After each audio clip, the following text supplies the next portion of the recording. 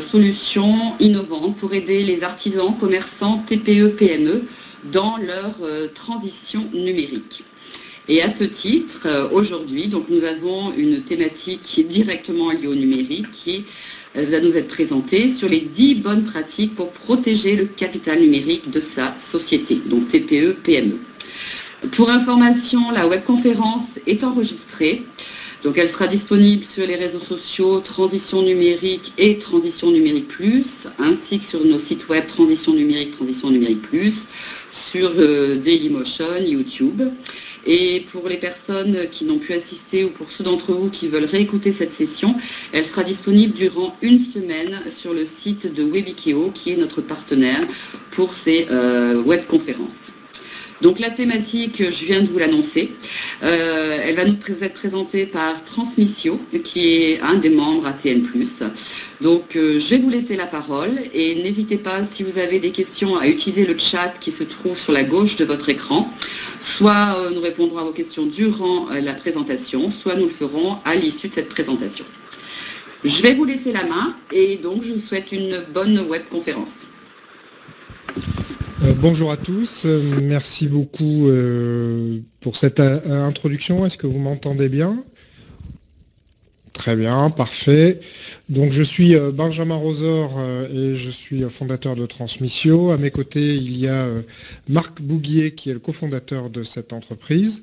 Et nous avons donc le plaisir de vous présenter ce webinaire sur les bonnes pratiques, 10 bonnes pratiques pour protéger le capital numérique de sa TPE-PME. Alors qu'est-ce que le capital numérique? C'est tout le sujet.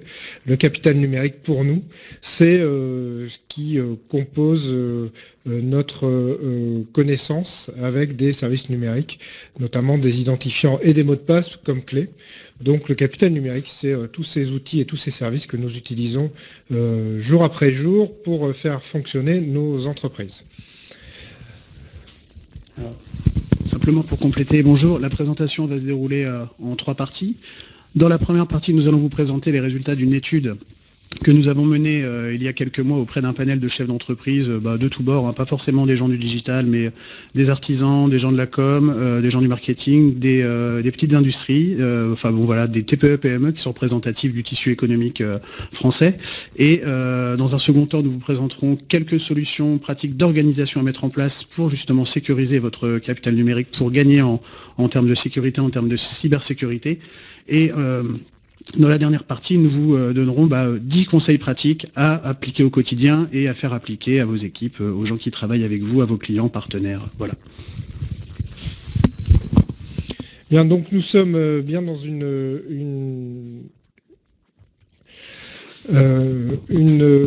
un temps sur la sécurité et la cybersécurité, puisqu'effectivement, plus il y a du capital numérique et plus on utilise des services web, plus on va avoir une problématique de sécurité informatique. Alors ce qu'on remarque, c'est que, et ce qu'on va vous démontrer grâce à notre étude, c'est qu'il y a un véritable bricolage de la part des dirigeants de TPE et PME.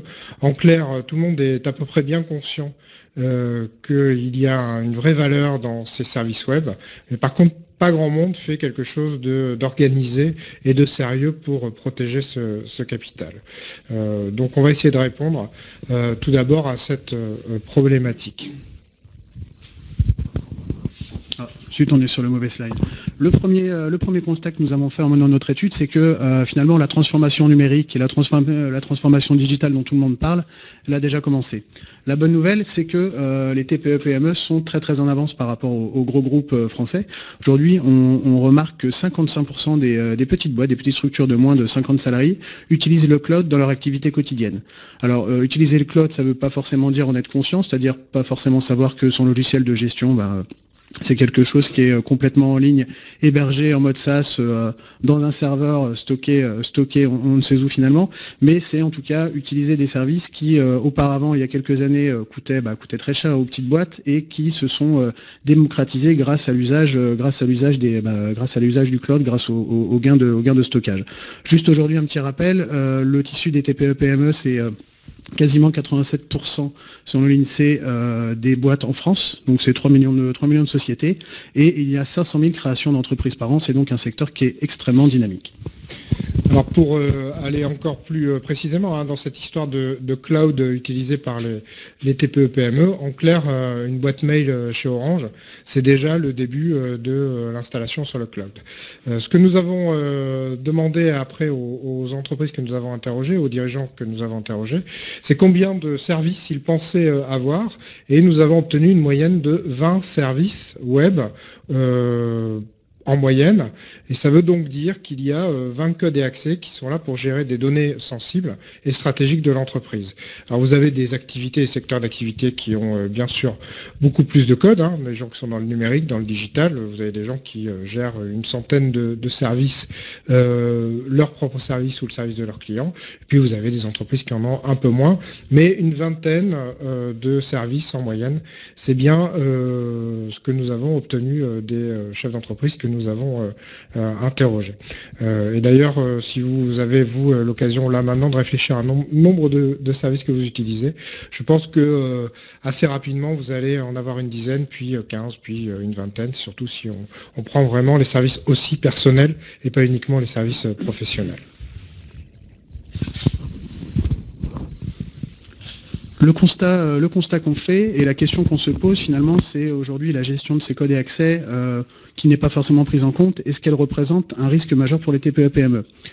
Alors, la réponse est a priori oui. On se rend compte en fait que dans notre panel de chefs d'entreprise interrogés, 85% d'entre eux estiment en fait avoir développé une identité numérique pour leur entreprise. Alors, une identité numérique, ça peut passer par une présence on va dire maintenant aujourd'hui presque traditionnelle sur les réseaux sociaux. Ça va être du Facebook, du LinkedIn, du Viadeo, du Twitter. Ça va être pour certains qui sont un peu plus avancés du blog, voire un site internet, voire pour les encore plus avancés peut-être de la plateforme de vente, de vente en ligne. Autre point intéressant, c'est que toujours parmi ces chefs d'entreprise, 86% sont conscients que ça a un impact pour le développement de la boîte.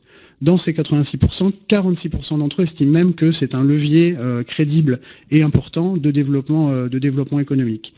Et 80% des chefs d'entreprise estiment que ce capital numérique, donc l'ensemble des codes et accès qui permet d'accéder à leurs données, a de la valeur pour l'entreprise. Ça a de la valeur parce que ça permet d'accéder à sa base client, ça permet d'accéder à son répertoire de contacts, ça permet d'accéder à son logiciel de compta, à beaucoup de choses qui auparavant étaient stockées sous forme papier ou sous forme de logiciel traditionnel et qui maintenant sont quasiment intégralement dématérialisées.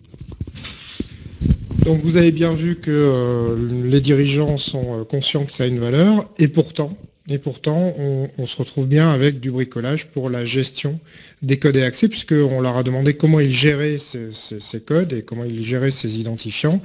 Et en fait, 55% nous disent j'ai une méthode. En revanche, quand on regarde la méthode, alors c'est assez effrayant, il faut bien le dire, puisque nous avons des gens qui utilisent encore un fichier texte sur l'ordinateur. Ce fichier texte s'appelant bien évidemment code et accès, ou top secret, enfin en tout cas tout ce qui pourrait indiquer à la personne qui aurait envie de récupérer ces codes où ils se trouvent.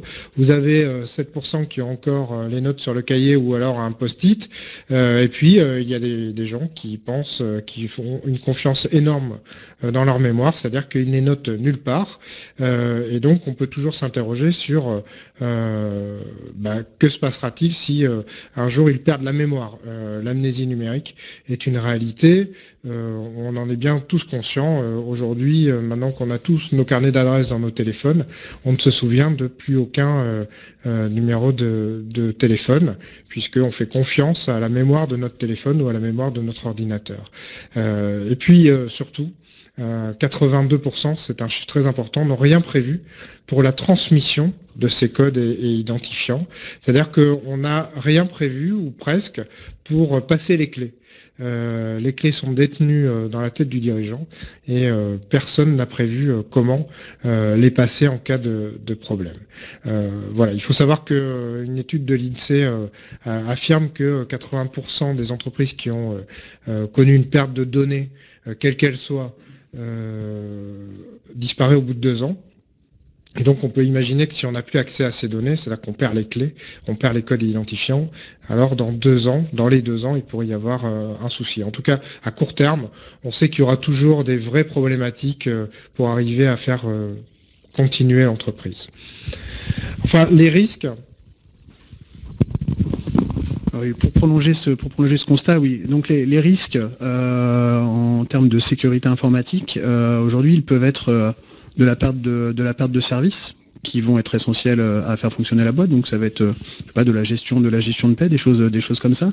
Du vol de matériel. Alors souvent, quand un collaborateur, parfois quand un collaborateur s'en va, que ça se passe mal, il peut disparaître avec son ordinateur portable de travail ou mettre du temps à le rendre. Et dans cet ordinateur, il peut y avoir des données qui sont essentielles au fonctionnement de la structure. Il peut y avoir après des pannes d'origine interne, alors un peu diverses, qui sont liées au fonctionnement traditionnel d'une société. Il peut y avoir des erreurs d'utilisation, une mauvaise utilisation d'un logiciel ou d'un outil, d'un ordinateur, d'un smartphone, d'une tablette. Il peut également y avoir de l'infection par virus sans forcément que l'entreprise soit visée. Ça arrive finalement assez régulièrement quand on s'envoie, quand on se partage des PowerPoint un peu rigolos entre collègues, quand on fait rentrer des clés USB qui n'ont pas été validées, ou passer à l'antivirus. Enfin, voilà, dès qu'on fait rentrer des choses extérieures dans la société, finalement, au niveau informatique, ça représente un risque. Puis après, en part un peu plus minoritaire, ça va être des erreurs de conception produit ou carrément des attaques ciblées, donc ils appellent ça attaque logique ciblée, du cyber-djihadisme entre guillemets, mais ça c'est évidemment beaucoup plus réduit. Donc oui, les risques peuvent être informatiques, mais vous allez le voir, ils sont effectivement surtout humains. L'humain est le principal danger finalement. Voilà, c'est ça. C'est-à-dire qu'en fait, on se rend compte que cette problématique de cybersécurité ou de risque sur l'informatique d'une entreprise, avant d'être une problématique technique, ce qui est souvent la gestion, c'est-à-dire qu'on va gérer en essayant de rajouter du firewall, de l'antivirus, ce qui évidemment est nécessaire, on s'aperçoit qu'il y a un risque humain très important par soit méconnaissance, soit des organisations, et parfois même sans aucune malveillance, en tout cas en première intention. Donc vous avez un des risques principaux, c'est le partage ou la transmission de mots de passe pour travailler, c'est-à-dire que j'envoie à mon collègue dans un mail le mot de passe de la base de données ou le mot de passe du service mail. Je supprime évidemment pas l'email que j'ai envoyé et la personne qui l'a reçu ne supprime pas non plus l'email. Vous avez, mais par exemple par chat, à l'oral, par téléphone, etc. Vous avez après une gestion qui est absolument pas maîtrisée. C'est celle du départ, des arrivées et départs des collaborateurs. C'est-à-dire que vous avez effectivement l'employé qui décide de quitter l'entreprise. Vous avez aussi le licenciement ou autre, mais vous avez aussi les stagiaires. Et toutes ces personnes qui entrent et sortent de l'entreprise, en général, ont connu les mots de passe, et donc on peut considérer que les mots de passe à ce moment-là sont totalement corrompus. Quelqu'un qui a été dans une entreprise qui a récupéré des identifiants et qui quitte l'entreprise est quelqu'un qui détient des informations stratégiques d'une entreprise. Or, on se rend compte qu'on ne change que très rarement les mots de passe, et en tout cas, c'est pas une gestion qui est faite liée à cette gestion des ressources humaines. Pareil pour le changement de mot de passe. En fait, on se rend compte que dans les entreprises, les mots de passe sont extrêmement peu modifiés. Quand un mot de passe a été créé, 5 ans après, vous revenez, c'est toujours le même mot de passe, ce qui en général est une vraie problématique. Alors, comment on va pouvoir, peut-être c'est bon pour tout le monde à ce moment du chat. Si vous avez des questions à nous poser maintenant, vous pouvez par le chat. Très bien, on va continuer.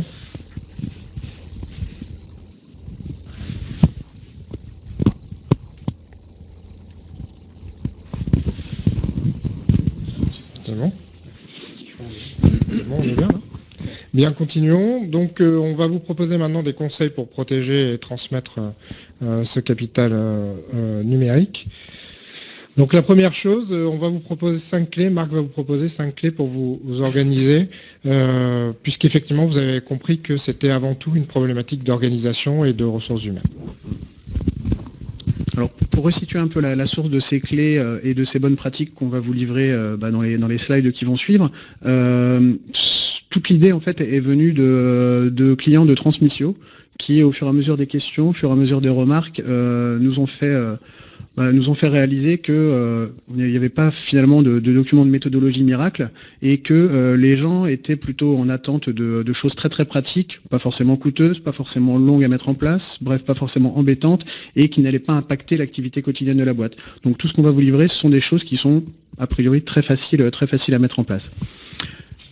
Alors, le premier conseil, la première clé, c'est finalement d'accepter la valeur des données numériques. On en a parlé tout à l'heure. Tous les codes et accès, aujourd'hui, on est conscient qu'ils donnent accès aux chefs d'entreprise et aux collaborateurs à des données qui sont sensibles, qui sont importantes, qui sont stratégiques, qui font tourner l'entreprise, qui ont donc une valeur, au minima, une valeur d'usage. Ça, je pense qu'on en est tous conscients. Par contre, même si notre vie est régie par les mots de passe, finalement, nous n'en prenons pas soin. On l'a vu dans les différents stats qu'on vous a livrés tout à l'heure. Bon, compter sur sa mémoire ou noter sur un petit bout de papier tous les codes qui font tourner la boîte, c'est vraiment pas très prudent.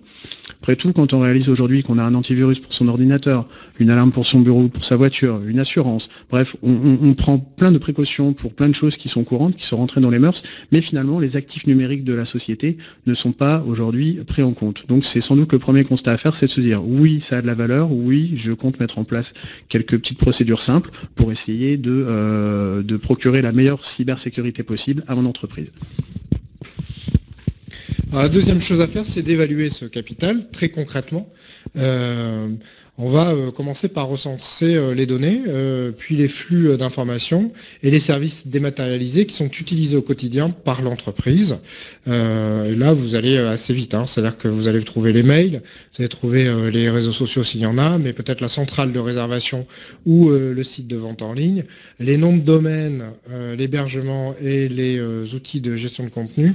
Les noms de domaines et l'hébergement, c'est quelque chose qui est effectivement très intéressant, puisque vous allez vous retrouver avec des noms de domaines qui ne sont pas la propriété des entreprises. Ça existe encore.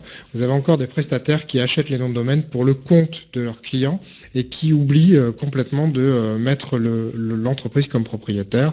Vous avez la même chose pour l'hébergement. C'est un sujet qui, pour nous, est assez sensible puisque l'hébergement des sites Internet, vous vous retrouvez avec des prestataires qui utilisent des gros hébergeurs. Ils vont s'offrir un hébergement dédié et placer tous leurs petits clients sur cet hébergement-là.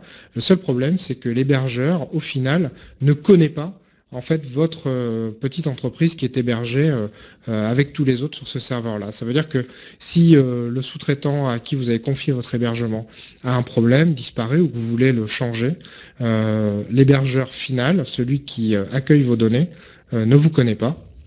Et donc, vous allez avoir toutes les peines du monde à récupérer vos données. Nous, on a rencontré des cas extrêmement précis et concrets sur ce sujet-là, puisqu'on connaît notamment une agence immobilière professionnelle qui, un jour, n'a plus accès à son site Internet, tout simplement parce que son hébergeur est décédé et que donc, en fait, il n'arrivait plus à récupérer ces données. Donc là aussi, attention à bien évaluer, à bien se dire qu'est-ce qui m'appartient, qu'est-ce qui ne m'appartient pas, qu'est-ce qui devrait m'appartenir et qu'est-ce qui ne m'appartient plus.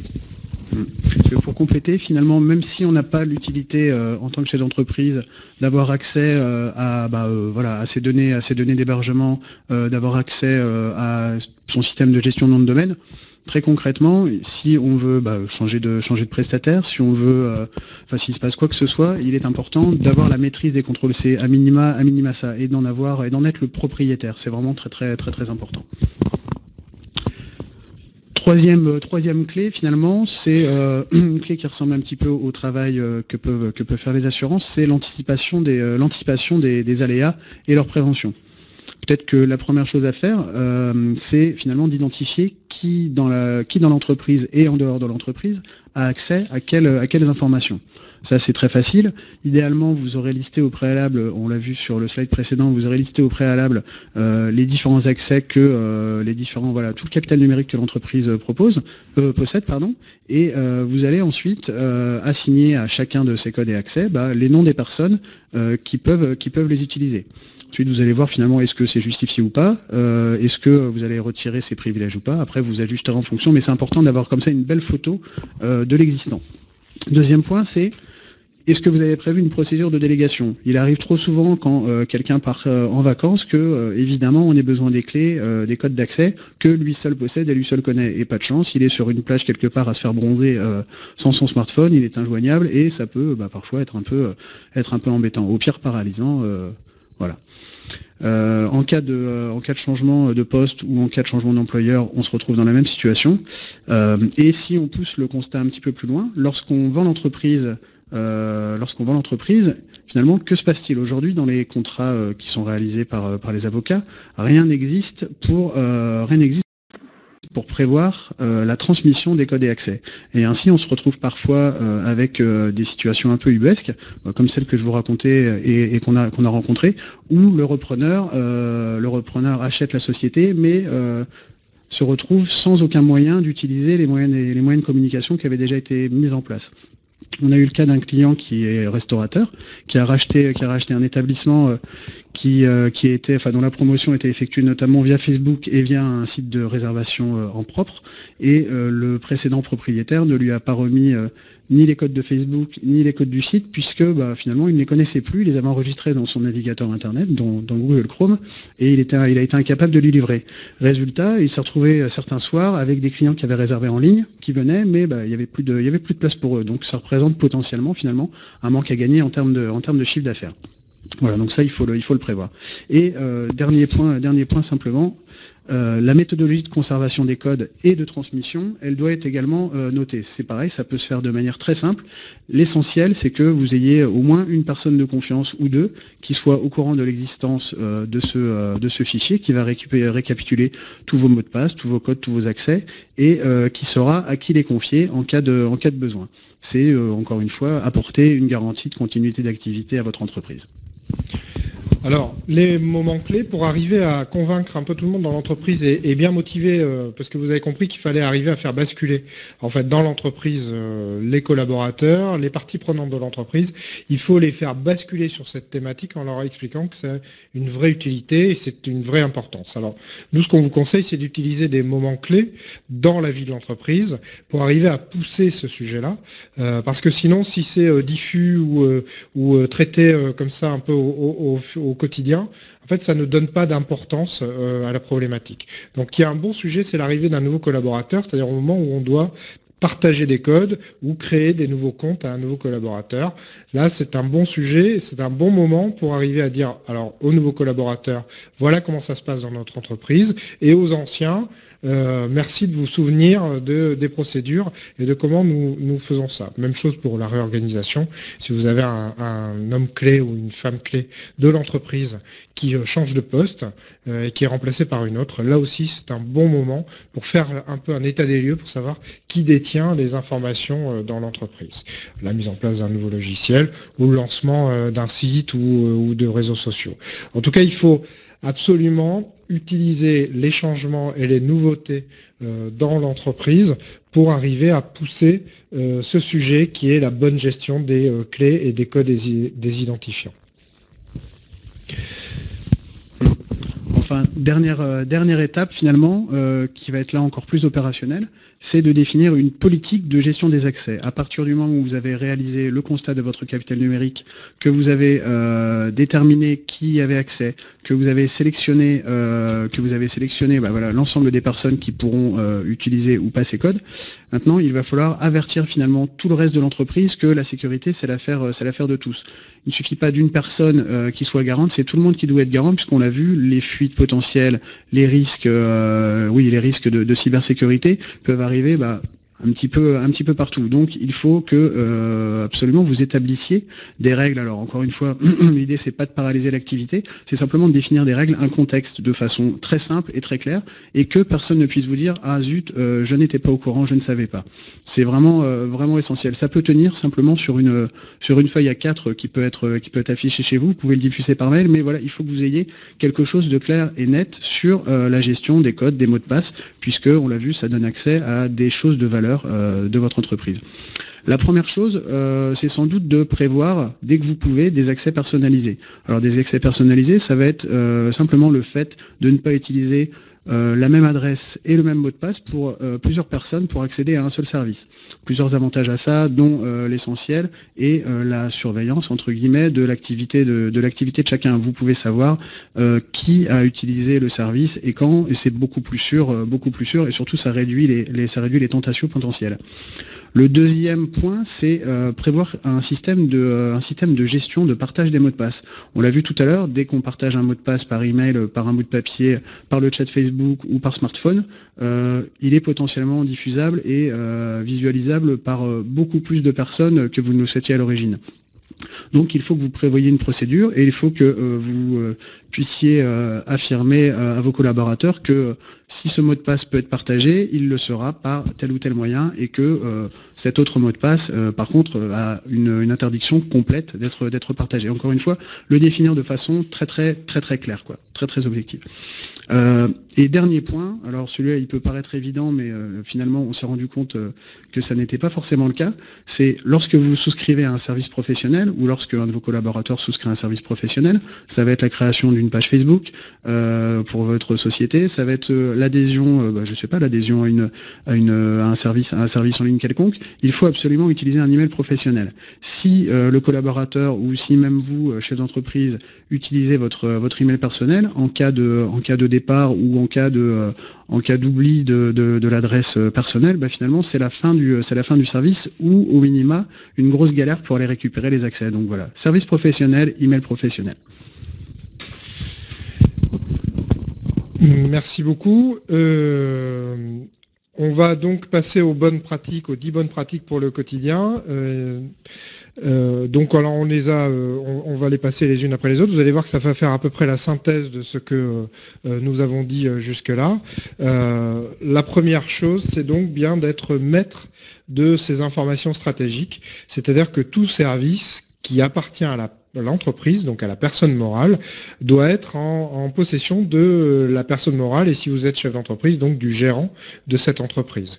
Encore aujourd'hui, il y a trop de personnes qui laissent leurs prestataires, notamment, déposer en leur nom tout un tas de services qui sont utilisés par l'entreprise. Donc première chose, il faut bien être maître de ces informations stratégiques dans l'entreprise. Un cas très pratique qui me vient à l'esprit, c'est un expert comptable qui nous racontait qu'il crée les accès au RSI et aux impôts, enfin impôts.gouv.fr pour ses clients et que bien souvent, ces clients, comme ils ne se chargeaient absolument pas de ces phases de déclaration, ne souhaitaient pas les avoir pour ne pas risquer de les perdre et tout simplement parce qu'ils n'en avaient aucune utilité. Encore une fois, le sujet de l'utilité, finalement, il n'est pas là, c'est que vous créez un actif numérique et donc il est essentiel que vous en ayez la maîtrise totale. Vous ne l'utilisez pas, c'est pas grave, vous en êtes le maître et vous le partagez en revanche. C'est vraiment une inversion de logique de pensée. Deuxième bonne pratique, il faut protéger ces informations stratégiques et donc on va enregistrer les codes et les accès dans un espace numérique qui, lui, est protégé. C'est-à-dire que le bout de papier, le post-it, les informations qui sont cachées dans un classeur ou dans un carnet d'adresses, ce n'est plus assez sécurisé, c'est pas une façon de faire. Il faut aujourd'hui trouver un moyen de mettre ces codes et ces accès dans un endroit qui est sécurisé, qui a des normes de sécurité qui sont valables, cryptées. Et alors, très sincèrement, conserver ces codes et identifiants dans le gestionnaire de mots de passe de son navigateur, c'est pas, selon tous les spécialistes de la sécurité, une bonne pratique non plus, puisque en fait, vous avez un certain nombre de personnes qui savent assez facilement récupérer ces codes qui sont stockés quelque part dans une application du navigateur, quel qu'il soit d'ailleurs. Ensuite, quand on passe dans la gestion au quotidien. Dans la gestion au quotidien, il y a encore une fois un principe qui est très simple mais qui est finalement très peu appliqué, c'est la mise à jour des mots de passe. Les mots de passe, ils ont une durée de vie, et ils se périment. Alors ils se périment parce qu'on l'a vu, il peut y avoir le départ d'un collaborateur, il peut y avoir le départ d'un stagiaire, ils se périment également parce que à un moment le service peut vous demander de le changer. C'est le cas des banques, par exemple. Vous avez dû le remarquer quand vous vous connectez à votre compte bancaire. De temps en temps, on vous demande de le changer.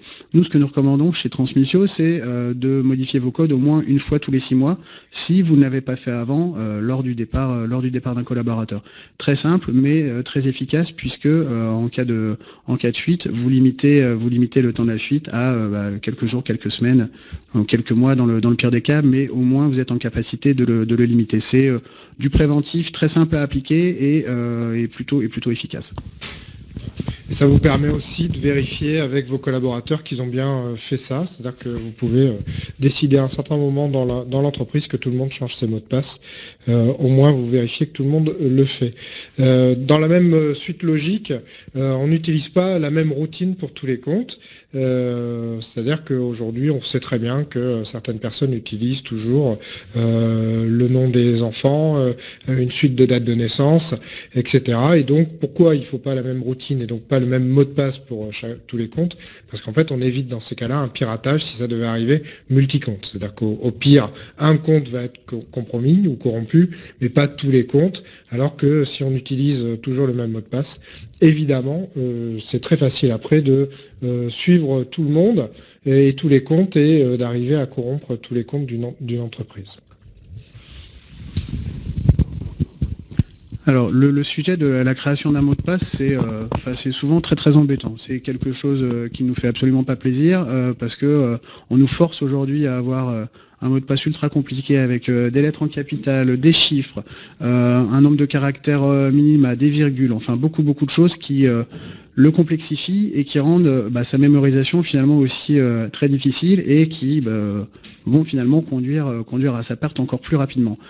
Ce qu'on recommande absolument, c'est d'éviter tout ce qui a trait à vos informations personnelles. Alors votre nom de famille, votre date de naissance, le nom de vos enfants, le nom de votre chien, tout ça il faut absolument éviter. Il y a une technique qui s'appelle le social engineering, qui est employée par quelques pirates et qui, en scannant votre compte Facebook, votre compte Twitter, LinkedIn, bref, toute la présence que vous pouvez avoir en ligne et accessible au plus grand nombre, vont tenter d'aller casser votre mot de passe en utilisant les choses qui sont les plus communes dans les mots de passe des gens.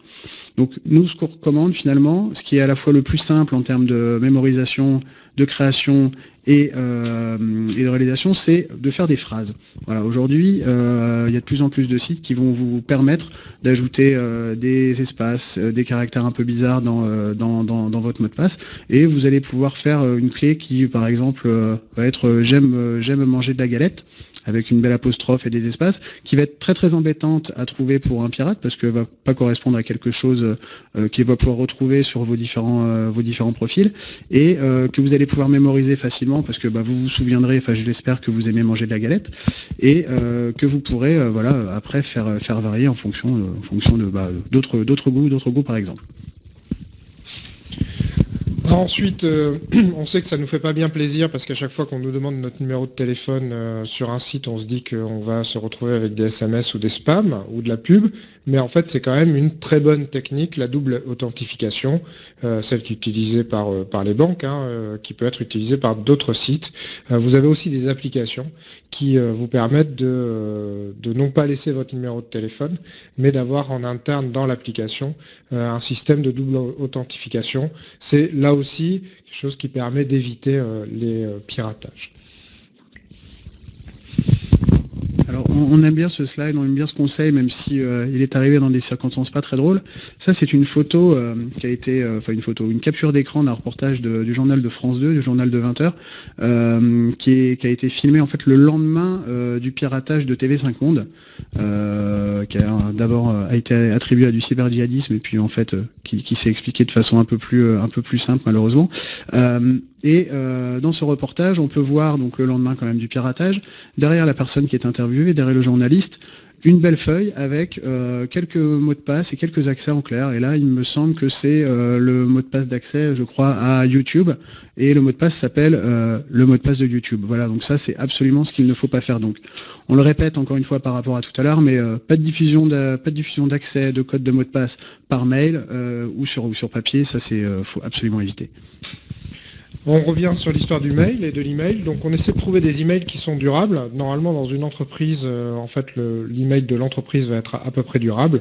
Si vous êtes chef d'entreprise et que vous décidez d'utiliser votre mail personnel pour souscrire à des, je sais pas, un nom de domaine que vous voulez garder parce que vous considérez que c'est vous qui avez eu l'idée ou la marque, même si ça devrait normalement appartenir à l'entreprise, à la personne morale. Là aussi, utilisez un compte mail qui a une durée de vie. Là, on vous a donné l'exemple de Caramel qui a disparu, qui pourtant était aux accès maîtrisés des collaborateurs. Où donc je vous expliquais qu'il fallait absolument vous débrouiller pour bien gérer ces accès qui sont transmis aux collaborateurs ou aux prestataires, n'oubliez pas les prestataires. Enfin, dernière bonne pratique que je vais laisser développer par Marc. Hop, voilà. Oui.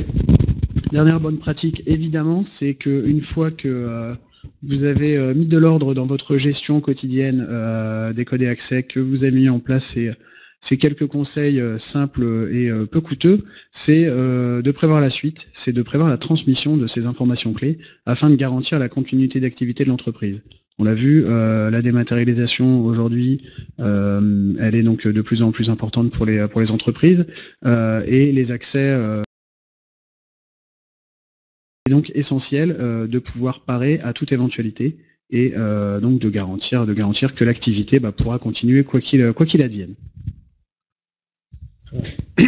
Voilà, merci beaucoup. Et donc la technique, c'est que vous trouvez un destinataire ou un légataire ou un bénéficiaire pour chacun de vos comptes. Et comme ça, si vous arrive un souci ou vous avez besoin de changer de vie, par exemple, une personne que vous avez désigné vous-même pourra récupérer ce compte. Voilà, merci beaucoup. Désolé pour la coupure.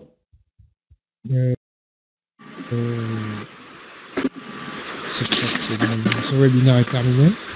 Vous avez des questions? Alors, on va laisser vos coordonnées effectivement en fenêtre de conclusion, puisqu'effectivement, vous êtes spécialisé sur cette approche. Vous avez présenté les bonnes pratiques qui sont combien intéressantes et je me rends compte que certaines ne sont pas forcément bien suivies, même de mon côté.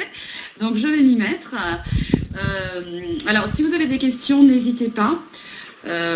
C'est le moment, sachant donc que l'enregistrement va être mis à disposition, comme je vous le disais tout à l'heure, sur les réseaux sociaux et sur les sites Transition Numérique et Transition Numérique Plus, et également encore accessible une semaine sur le site de Webikeo. Donc il y avait aussi également un livre blanc qui était disponible en téléchargement.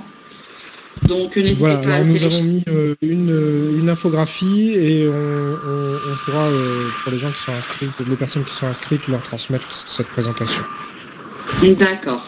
Mais écoutez, c'est très bien parce que je pense qu'il y a réellement des éléments clés et qui ont dû trouver un écho auprès de l'audience.